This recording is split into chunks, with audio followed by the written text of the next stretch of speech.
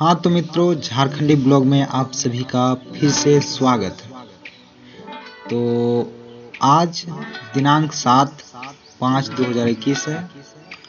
आज का दिन कुछ खास है, रविन्द्रनाथ ठाकुर जी की जयंती है। तो आज इस अवसर पे रविन्द्रनाथ ठाकुर जी की कुछ बातें आप लोग के बीच में चर्चा करूँगा, तो बने रहिए झारखंडी ब्लॉग में। आज इस कड़ी में एक नज़र नोबेल पुरस्कार से सम्मानित कवि गुरु रविन्द्रनाथ ठाकुर की रचना पर यात्रा के दौरान हम लोग चर्चा कर रहे हैं। कवि गुरु रविन्द्रनाथ ठाकुर ने ज़्यादा लेखन बांग्ला में किया, लेकिन उनकी लोकप्रियता हिंदी में कम नहीं है। गुरुदेव को हिंदी में विभिन्न तरह से न केवल याद किया जाता है, बल्कि उनकी कविताएं व विचार अब हिंदी में भी उपलब्ध हैं। कवि गुरु रविन्द्रनाथ ठाकुर को गुरुदेव के नाम से भी जाना जाता है। 7 अगस्त 1941 को उन्होंने कोलकाता में अंतिम सांस ली। गुरुदेव बहुआयामी प्रतिभा वाली शख्सियत थे।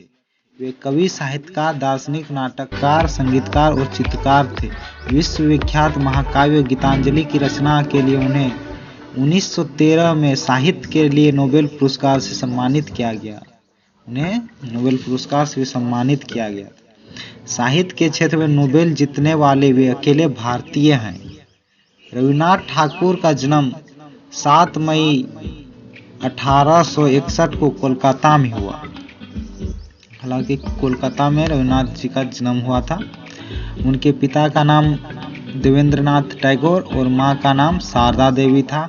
स्कूली शिक्षा सेंट जेवियर स्कूल में पूरी करने के बाद बैरिस्टर बनने के सपने के साथ 1878 में इंग्लैंड के ब्रिजटोन में एक पब्लिक स्कूल में दाखिला लिया।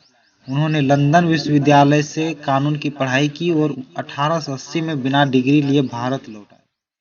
रविन्द्रनाथ टैगोर मानवता को राष्ट्रवाद से ऊंचे स्थान पर रखते थे। गुरुदेव ने कहा था, जब तक मैं जिंदा हूं, मानवता के ऊपर देशभक्ति की जीत नहीं होने दूंगा। टैगोर गांधी जी का बहुत सम्मान करते थे, लेकिन वे उनसे राष्ट्रीयता, देशभक्ति, सांस्कृतिक विचारों की अदला बदली, तर्क शक्ति जैसे विषयों पर अलग रखते थे। हर विषय में टैगोर का दृष्टिकोण परंपरावादी कम और तर्क संगत ज्यादा हुआ करता, जिसका संबंध विश्व कल्याण से होता था। टैगोर ने गांधी जी को महात्मा की उपाधि दी थी।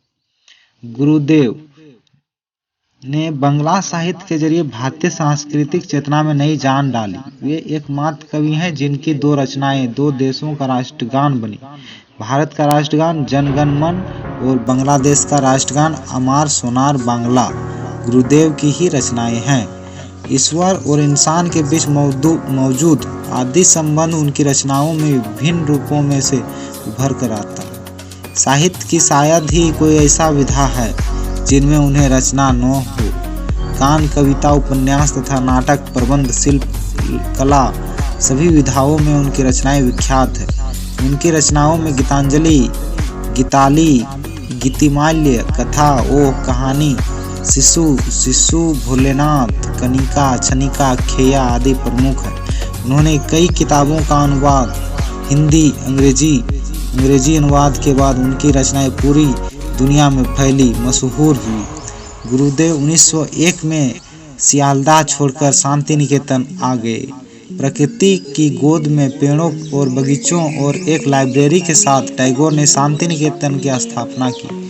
टैगोर ने यहाँ विश्व भारती विश्वविद्यालय की स्थापना की। शांति निकेतन में टैगोर ने अपनी कई साहित्यिक कृतियाँ लिखी थी और यहाँ मौजूद उनका घर ऐतिहासिक महत्व है। रविन्द्रनाथ टैगोर ने करीब 2230 गीतों की रचना की। रविंद्र संगीत बांग्ला संस्कृति का अभिन्न हिस्सा है। टैगोर के संगीत को उनके साहित्य से अलग नहीं किया जा सकता। उनकी ज़्यादातर रचनाएं तो अब उनके गीतों में शामिल हो चुकी है। हिंदुस्तानी शास्त्रीय संगीत की ठुमरी शैली से प्रभावित ये गीत मानवीय भावनाओं के कई रंग पेश करते हैं। अलग अलग रागों में गुरुदेव गीत या आभास कराते, मानो उनकी रचना उस राग विशेष के लिए ही कही गई थी। तो झारखंडी ब्लॉग में आप सभी को धन्यवाद।